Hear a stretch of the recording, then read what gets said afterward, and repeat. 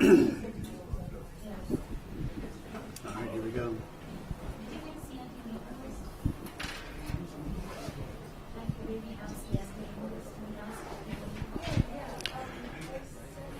Hello, and welcome to this week's security seminar from CERIAS at Purdue University. Our speaker this week is Professor Bruno Ribeiro, who is a CS professor in the computer science department here at Purdue. Bruno? Thank you, Joe. Thanks for inviting me to give a talk at CERIAS. So here I am going to move forward. I hope that's okay. Welcome. And so today I'll talk about predicting what users will do next.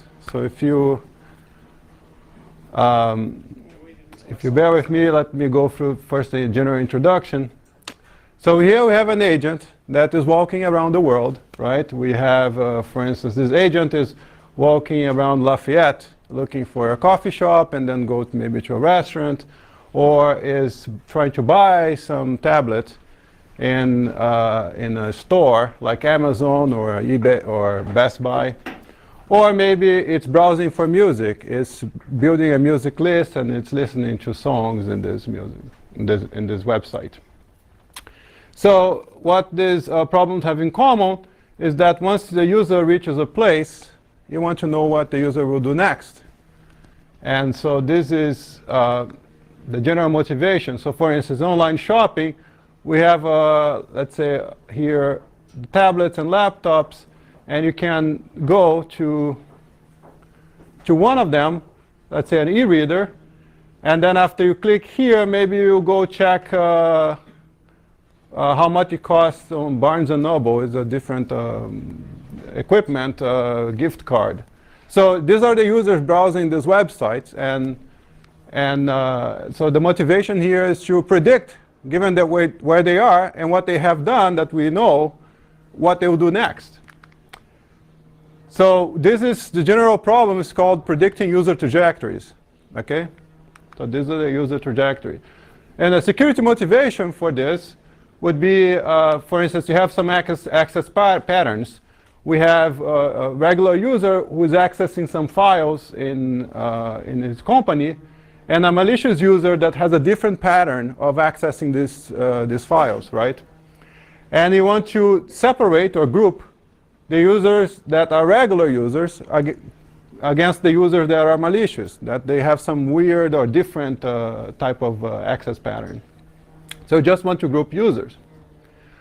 Another scenario is where you have a regular user and a VIP user, okay, and the VIP user has access to some other documents, and the patterns that you see from a regular user in your company should be different than the ones that you see from the CEO. But then this account is compromised, and now the regular user is starting to behave like the CEO, trying to get access to this important information about the company. And that's when you realize that the user changed behavior. It's not like a regular user anymore. It's very different. It behaves more like the CEO, and now you can identify this anomalous behavior. Okay?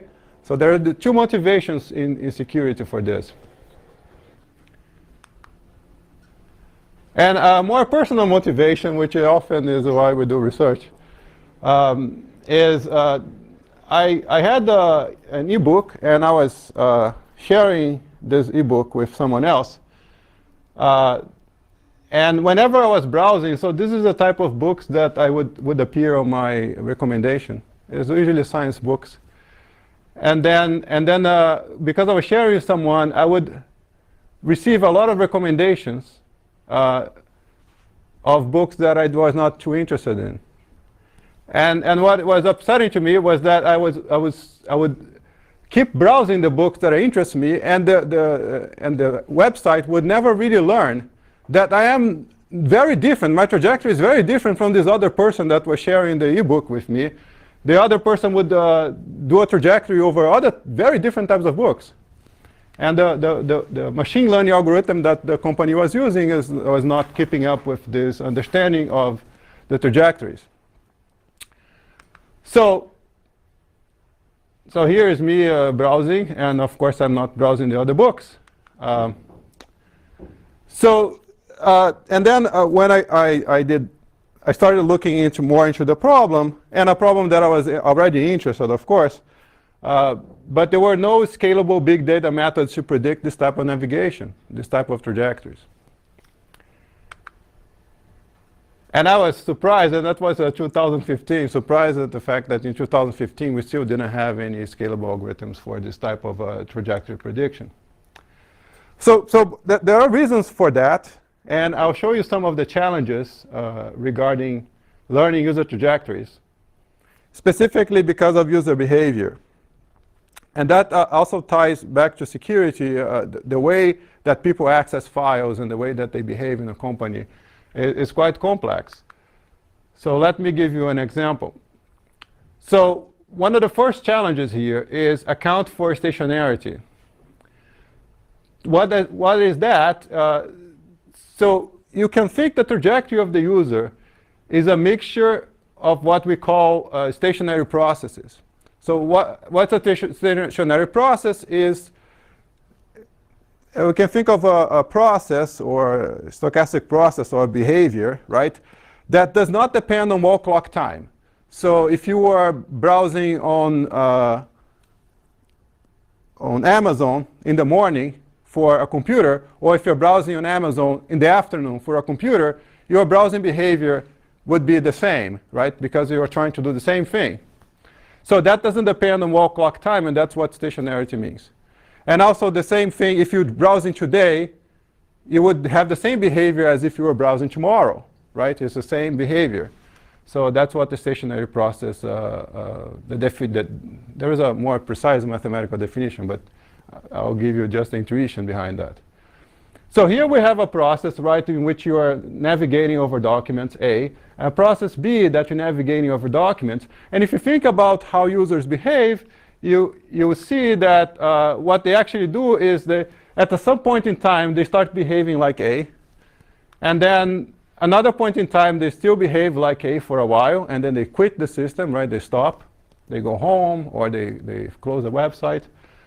And now they are behaving like process B. It's a different process. So your behavior online, or your behavior in general, is a mixture of these processes that don't really depend on exactly the date that you started. Some processes do, but a lot of the processes that we're interested in do not depend on the exact time, wall clock time that you started things. So the second challenge is evolving behavior over time, right? So users may not be time heterogeneous, and what that means is that over time you may, for instance, if you like music, you may start here in 2010, you may like classic rock a lot and US pop, and then you're listening to this classic rock and you alternate between classic rock and pop. So this behavior over time is changing, and maybe you add a bit of heavy metal, and then you go back to pop, and etc. The same thing with in the other case here. One interesting aspect is that here time heterogeneity doesn't mean that you will not go back to the same behavior later in the future. You may go back to the same behavior in the future, but that can take a long time. Okay, so so you can think of an evolving trajectory.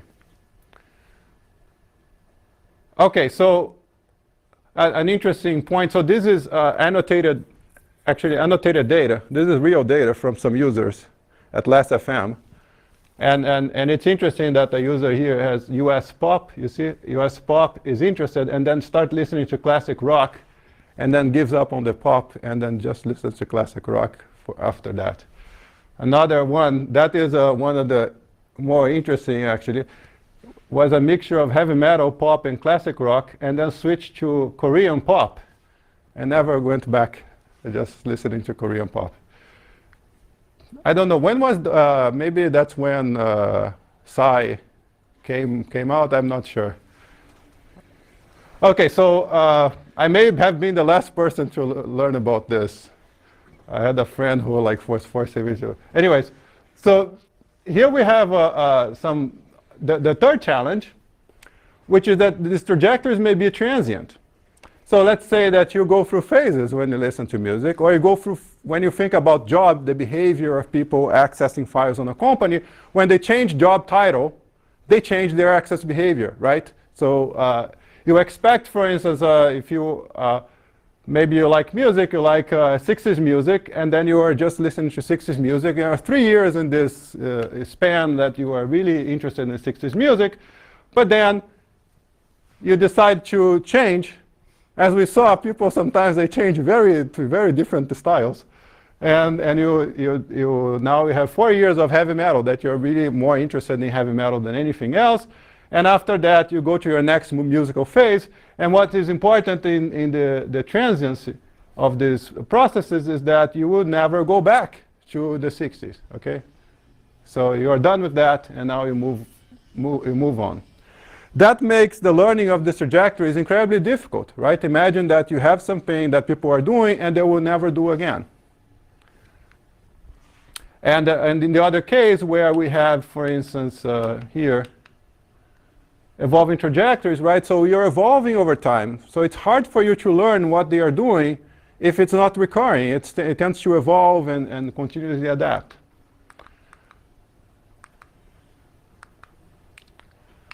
So let me show you now what the data would look like for this type of problems.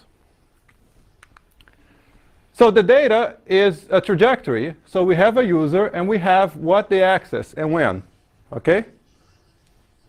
File A, file B, file C, and this is the observed trajectory data. So this is all we have.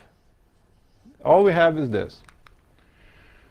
And what I'm going to briefly explain is that in machine learning and data mining, what we'll do is observing this data, we will come up with a model, and it don't have to be, I'm not going to explain exactly how the model works, but you come up with a model that will learn from this data and then make predictions and group users according to their behavior. Okay? So what I'm going to talk about now is how to come up with these models. What are the models and how these models work. Okay. So there are a bunch of naive solutions to the problems if you are familiar with them. So for instance, matrix decomposition, non-negative matrix factorization, or singular value decomposition. You have multiple ways of decomposing this user product matrices. Like, so you have a user, you have a product, and that's often how naively you would recommend products to users. Okay, and these are mostly done in the general idea is to do a low rank decomposition over this matrix. The problem with this approach is that assumes that things are homogeneous in time, so the users are not changing their behavior, and their behavior tends to recur. There is no transiency in your behavior. And another approach is the tensor decompositions, where so a tensor is a multidimensional matrix. So if you understand what a matrix is, you basically understand what a tensor is. It's just that you have one more dimension. So a vector has one dimension, a matrix will have 2 dimensions, and a tensor has a 3rd dimension. You can think of it like a cube, okay, with data. So one of the dimensions can be time, right? So you can have user, you can have product, and you can have time. What is interesting about tensor decomposition with the sign mode is that we'll see at the end that you cannot recover hidden behavior from stationary processes. So the fact that today your behavior is similar to your behavior tomorrow will make it very hard for the tensor to learn your intrinsic properties of your trajectory. Something that you may have heard about are hidden Markov models. Who here has heard about hidden Markov models? Okay, so we have a few. So hidden Markov models, the idea is to model a trajectory. Were very used a few years ago in learning how people write and also learning speech recognition. So these models will model just a single type of trajectory. They are not meant for people with different objectives, right? We have the CEO, we have the regular users, we have the supervisors. So these will be different types of trajectory, and these models are not really meant for this type of data.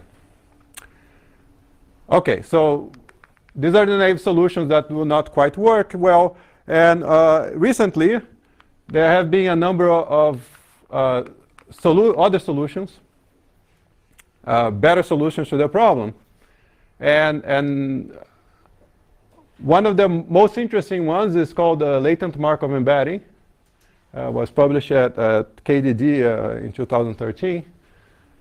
And there are many other variants of that, multi-core latent Markov embedding and personalized ranking latent Markov embedding, which is the fastest from our simulations with real data. It seems to be the fastest and most accurate for trajectory prediction that among all of them.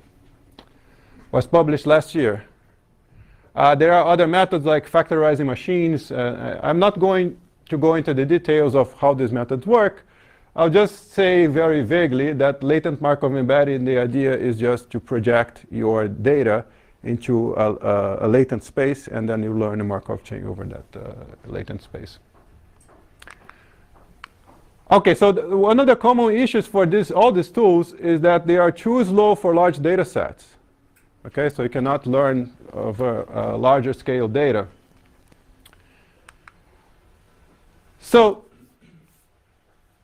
the insight that of our work here is that understanding the constraint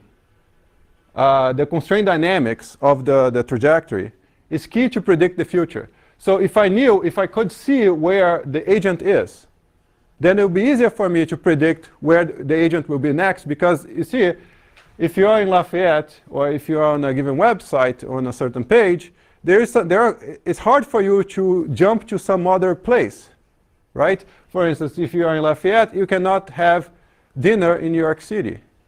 That's very unlikely. The same thing in a page. So if you are on a page where you have a certain group, it's hard for you to immediately after go to something completely different, right? So, but what we see is just what the user did, right? So he was listening to Madonna and then went to listen to Daft Punk. And what we'd like to do is from this trajectory, observed trajectory, we want to learn what were the constraints. What would be, given that most users did this type of transitions, right, from one artist to another artist, or from one business to another business, or from one file to another file. You want to know what is the kind of space or constrained space that they were living in that forced them to do this type of navigation. And that's what we are going to learn from data. We are going to learn this constrained space. Problem is, the trajectories is really all we see. We don't see the constrained space. We don't see the space. So, and that's what we are going to do is we start with the data and then we reverse engineer the data to get to the constraints and the way that people are navigating over these constraints. Okay? So for the experts, the idea is to learn a navigation process over a network using non-parametric based methods. The learning is 100% automatic, so you just give the data and the method will give you the results. You don't have to, there are no parameters that you need to tune. No domain knowledge, you don't need to understand anything about the data, just throw the data at the model will create the constraints and the navigation. And this work is a joint work with Figueiredo, Almeida, and Falutzos. It will be presented at WWW this year in August, if I'm not mistaken. Okay. So let me give you some more details of how this works. So the basic idea started with with the idea of random walks over random environments. And that idea really, the first paper on this was in, if I'm not mistaken, 1934 from a Russian mathematician describing a model for the DNA, for the formation of DNA, or copying in DNA. And this type of analysis gave us percolation theory. So if you know percolation theory, it came from this analysis of random walks or random environments. So the constraint that I was talking about will be a graph with vertices. The vertices are the products or the files, and the edges are how likely it is that, given the objective that you have right now, that you would, from one file, go to the next file, okay, to another file. Or if you go from one business to another business. Or that you go from one song to another song. For instance, what would be this constraint? This conditional behavior would be, for instance, you love heavy metal. So if you're listening to Metallica, then probably the next one that you might be Iron Maiden. But the link weight or the edge to Madonna is very unlikely, has very low weight, a very low probability that you go from Metallica to Madonna. You'll be surprised what you see in the data, actually, which is very interesting. But indeed, it's very unlikely that you do that. Now, we have such a graph, and this graph defines one layer of these hidden constraints. So if you like heavy metal, then you have one graph over the whole set of songs that describe how people that like heavy metal will walk on this network. Okay? Now, if you like something else, if you like pop, then there is another graph that is how people walk on this other graph. And this graph, the way that we'll do is to say that these are created randomly. These graphs are, the generative model of this will be that these edges are distributed, the edge weight or the strength of an edge will be distributed according to a gamma distribution.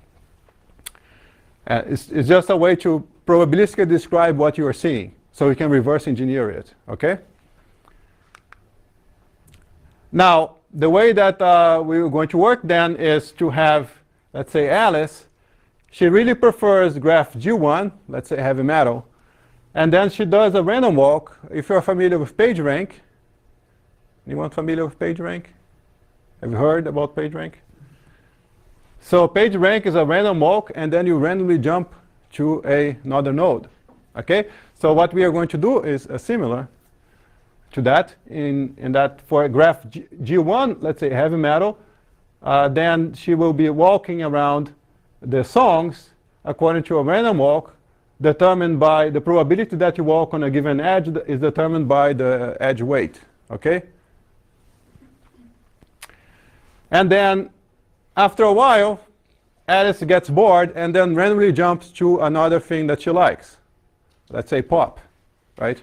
And then she likes pop, or if she likes other type of heavy metal, she can also jump to other type of heavy metal. So this is the model. This is what we are trying to learn. Okay, so we give a probabilistic description of this model and then try to learn the parameters of this model. Even more details. So what we'll call the environment is a mixture of this latent structure that we are trying to learn and a navigation process on top of this structure. The navigation process is given is a random walk with jumps. And then what we assume is that users behave like this, so there is a latent structure, there is a navigation process, and what we see is these trajectory segments, right? We are going from Britney Spears to something else, a Metallica, to Iron Maiden, and etc. And now we want to learn back what the user preferences are. And the preferences are over the environments are learned assuming a Dirichlet process over the different environments. So you can have, what is interesting about assuming a Dirichlet process is that you can have the method automatically learns how many of these environments or these constraints or these interests that the user have exist automatically. You don't have to tell that in advance, okay? And then you have whenever you have a jump from this random surfer, so you're randomly surfing over this network, let's say heavy metal, you change not only the node, but you also change the environment. And you go to another preferred environment according to the probability. So the 0.3 and 0.6 there are the probabilities that that Alice will jump to one of these other environments. Maybe it's thrash metal, maybe it's pop, maybe it's something else that she prefers, okay? So how do we learn the model? Even more details. We use Gibbs sampling, and the idea to make it fast is to use stochastic gradient descent for fast convergence in mini batches. So use a split and merge heuristic to learn the Dirichlet process, and a heuristic for learning trajectories over fixed size renewal points that makes this learning process extremely fast. Let me show you the results with real data sets. And first I'll show you the data sets. We have 3 types of data here: music streaming services, where users are listening to songs; location-based social networks like Foursquare and Brightkite. I don't know if you're familiar with Foursquare. You choose, which is something similar to Amazon. People or Best Buy, people are clicking on products. And yes, which is also kind of an internet radio station. Okay? The largest data set is Last FM groups, where we have 86 million transitions, different jumps between different artists, and 1.6 million artists in this data, with about 15,000 users. Okay, so how does this idea or this method will do in this approach? So what we'll see is what we are looking here is in the x-axis the running time, how long it takes to learn this model over the data, and in the y-axis is a measure of accuracy, how accurate you are in predicting what the next thing that the user will do. Okay? So the best possible approach would be at the left upper corner. Okay? You learn very fast and your accuracy is very good. At the bottom is the worst. At the bottom right is the worst, where it's going to be very slow and your accuracy is not good. So our approach, what is interesting is that our approach can learn the model in up to 16 hours. So the one thing to notice is that the x-axis is in log scale. So here is 1 day, and then you have here 10 days, and this is over 10 days. And we could not get the competing methods to finish in 10 days, just trying to run over the same data set. Not even the smallest one. One that our method takes 1 hour, it takes more than 10 days for the competing methods. And multi-LME, our prediction is that it would take 6 years to learn over the largest data set. And so that's one of the reasons why we don't see a trajectory prediction in commercial services, is because the methods haven't been, my hypothesis is that the methods have been fast enough. But our method now is fast enough.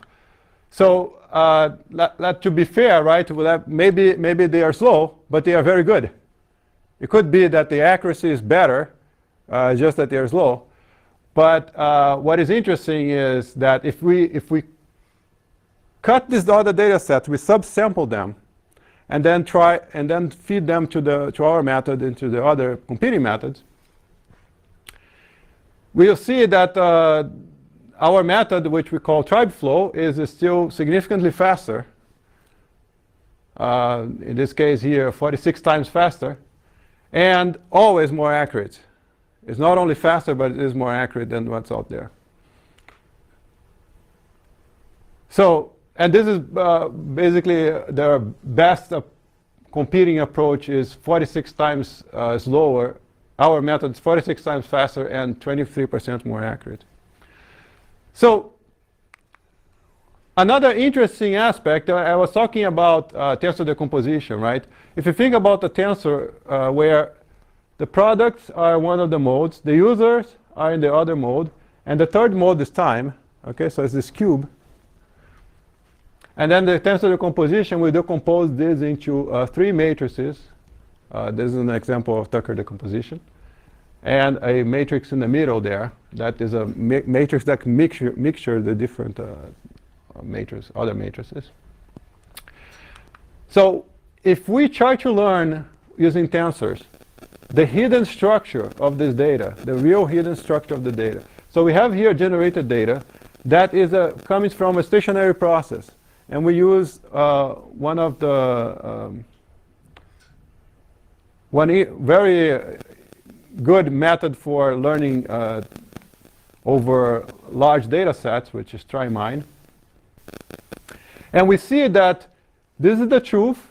So the y-axis is the type of behavior that the process has, and the x-axis are the users. So there we have 10 users with one type of behavior, 10 users with another type, and etc. So we have 5 different types, and then we make them perform their trajectories over different points in time, right? Like you do it today. Maybe another user that's similar to you will do that trajectory tomorrow.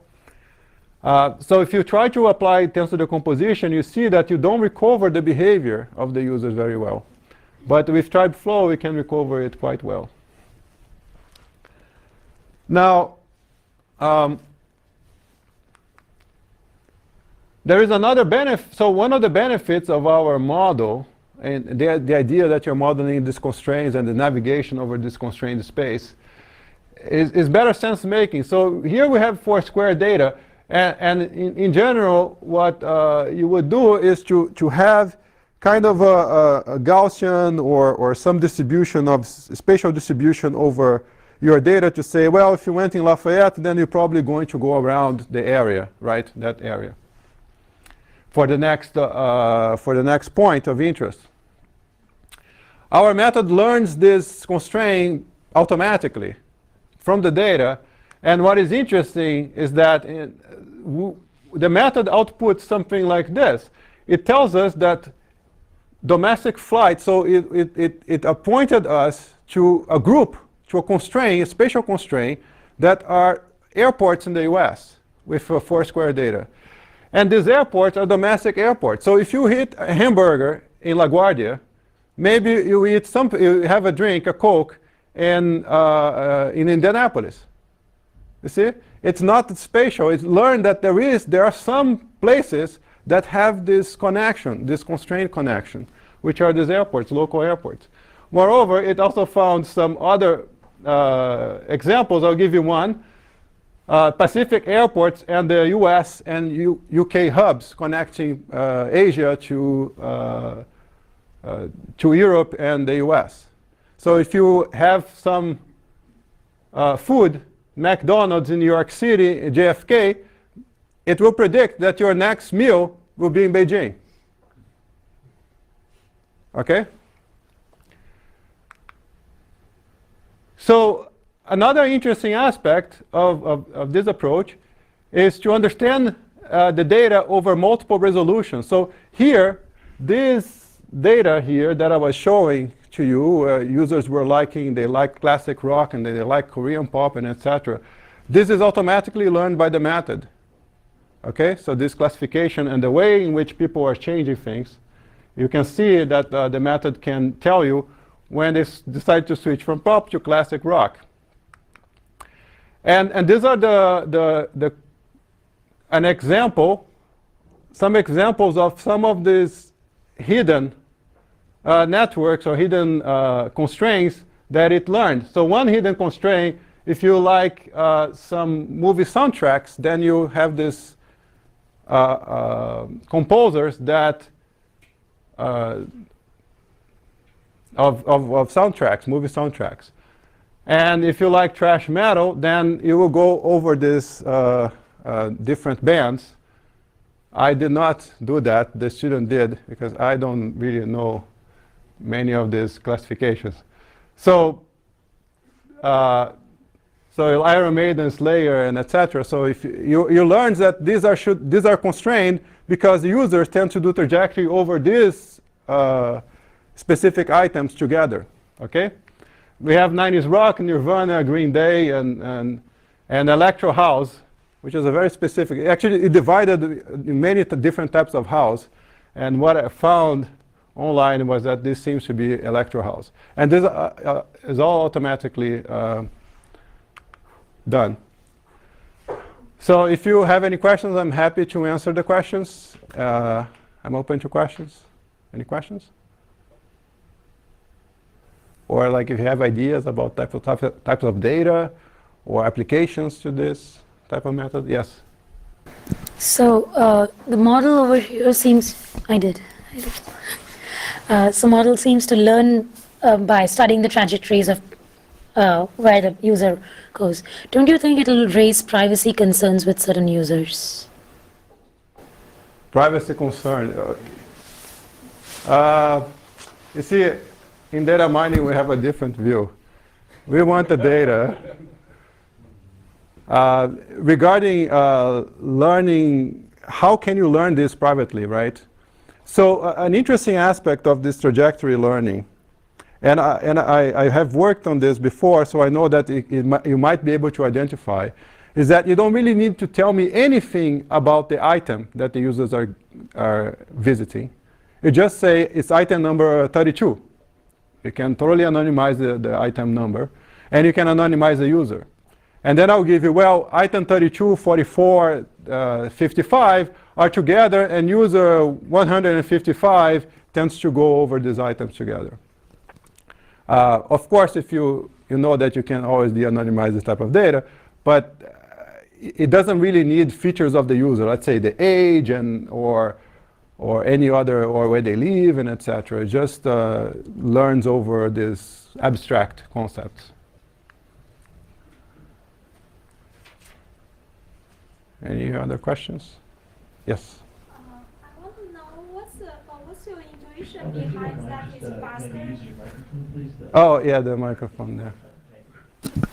I wonder what's the intuition behind your method is faster than others, because from my point, I'm not very familiar with all the machine learning algorithms, but to me it's like you are trying to find some latent factors, while the others methods, some of them are also trying to use some embedding methods to project to the low dimension space. So I wonder why your methods are much faster than others. That is a very accurate description of what they're doing, right? So if you can put a lot of the machine learning methods as trying to learn latent factors.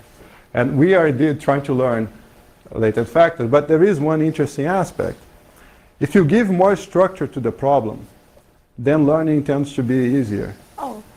The more degrees of freedom you have, the more the space that you have to search, it becomes a bit harder. And the interesting thing is that if you have a good insight of what the structure is like, you will actually learn better than you would if you had something that was more generic. And so the big insight here is that users, when they are doing these trajectories, they are doing over this constrained space. And the way they are navigating, we determine that way to be very simple. It's like a random walk. The hard part is just to learn what the constraint looks like, okay?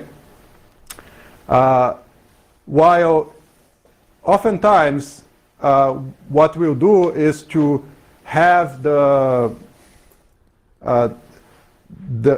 process in which they are navigating to be the complicated one, and the space to be very simple.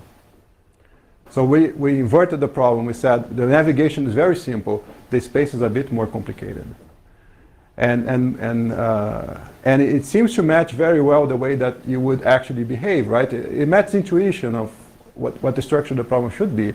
If you're in Lafayette, then you have some spatial constraints that you can't get around, and that will show up on your trajectory. But what's interesting is that the spatial constraint is not just spatial in the sense of distance in miles. You saw the airports, right? If you're an airport, your space constraints change.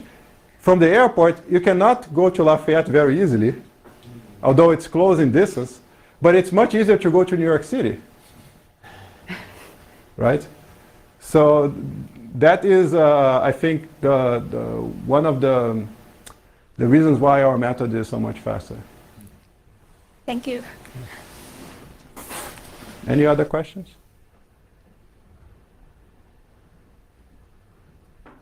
Any ideas of data or behavior that you would like to capture? Security behavior?